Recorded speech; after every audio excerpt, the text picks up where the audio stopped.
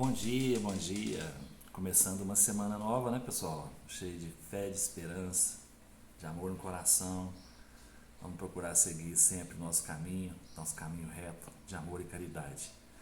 E vamos continuar hoje na leitura do capítulo 16 do Evangelho segundo o Espiritismo, nossos grãozinhos no caminho, servir a Deus e a Mamon.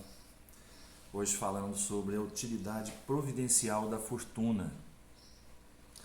Se a riqueza tivesse de ser um obstáculo absoluto à salvação dos que a possuem, como se poderia inferir de certas expressões de Jesus, interpretadas segundo a letra e não o espírito, Deus, que a distribui, teria posto nas mãos de alguns um instrumento fatal de perdição, o que repugna a razão. A riqueza é, sem dúvida, uma prova mais arriscada, mais perigosa que a miséria, em virtude das excitações e das tentações que oferece, da fascinação que exerce. É o supremo excitante do orgulho, do egoísmo e da vida sensual.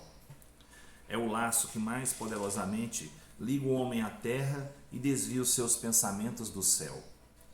Produz tamanha vertigem que vemos quase sempre os que passam da miséria à fortuna e esquecerem-se rapidamente da sua antiga posição, bem como dos seus companheiros, dos que os ajudaram, tornando-se insensíveis, egoístas e fúteis.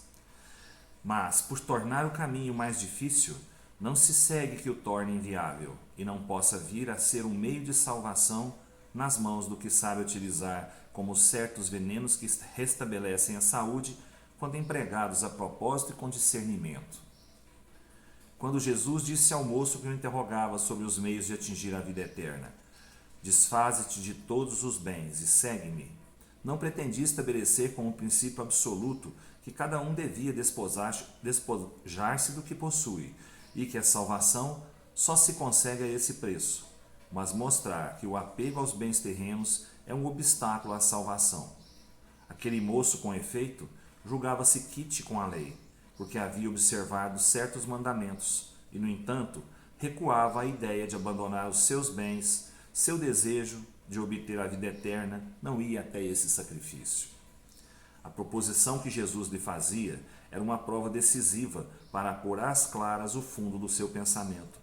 Ele podia, sem dúvida, ser um padrão de homem honesto segundo o mundo, não prejudicar a ninguém, não maldizer o próximo, não ser frívolo nem orgulhoso, honrar ao pai e à mãe. Mas não tinha verdadeira caridade, pois a sua virtude não chegava até a abnegação. Eis o que Jesus quis demonstrar. Era uma aplicação do princípio: fora da caridade não há salvação. Vou parar aqui, essa leitura é maior um pouquinho, né? E amanhã a gente continua nela. Mas o que Jesus quis dizer para a gente, né?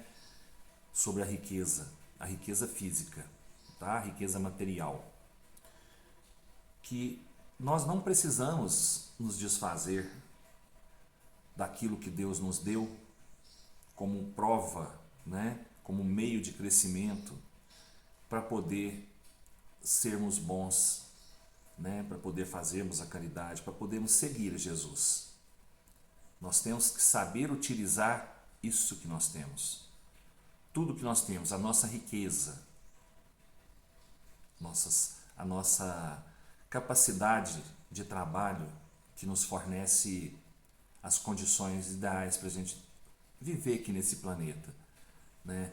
Muitos de nós têm condições físicas, né, financeiras boas, ótimas, e muitos não têm, a maioria não tem.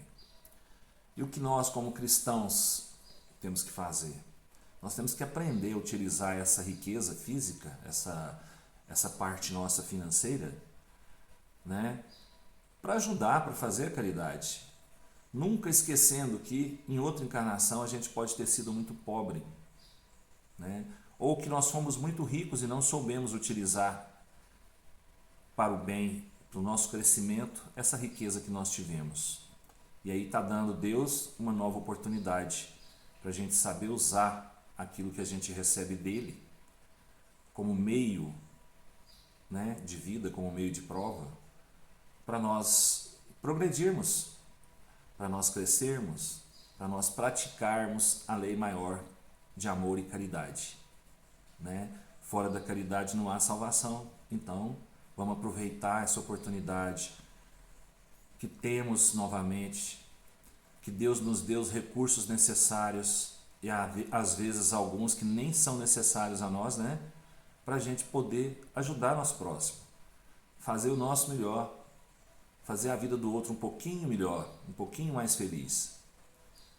Saber utilizar esse dinheiro, essa riqueza, essa fortuna é uma coisa difícil, porque como a leitura mesmo nos diz, a riqueza ela causa uma vertigem no homem. O homem esquece, né, que ele veio lá de baixo. Quando ele está lá em cima, ele olha para baixo com orgulho, com egoísmo, com vaidade. Então vamos esquecer disso, vamos esquecer essa superioridade momentânea que Deus nos deu e vamos utilizar essa riqueza em prol do crescimento próprio e em prol do crescimento do próximo.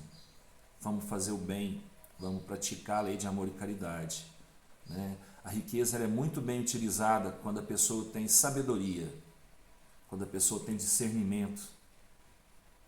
Então vamos procurar usar um pouquinho dessa sabedoria nossa e desse discernimento que a gente é capaz de ter, né? Se Deus deu para a gente condições boas aqui na Terra, nós temos que agradecer todo dia. Agradecer e saber usar essas condições para a nossa evolução, o nosso crescimento e o do próximo. Até amanhã, se Deus quiser, pessoal. Que Deus nos abençoe e nos proteja nessa semana que está começando. Fiquem com Deus. Beijo no coração.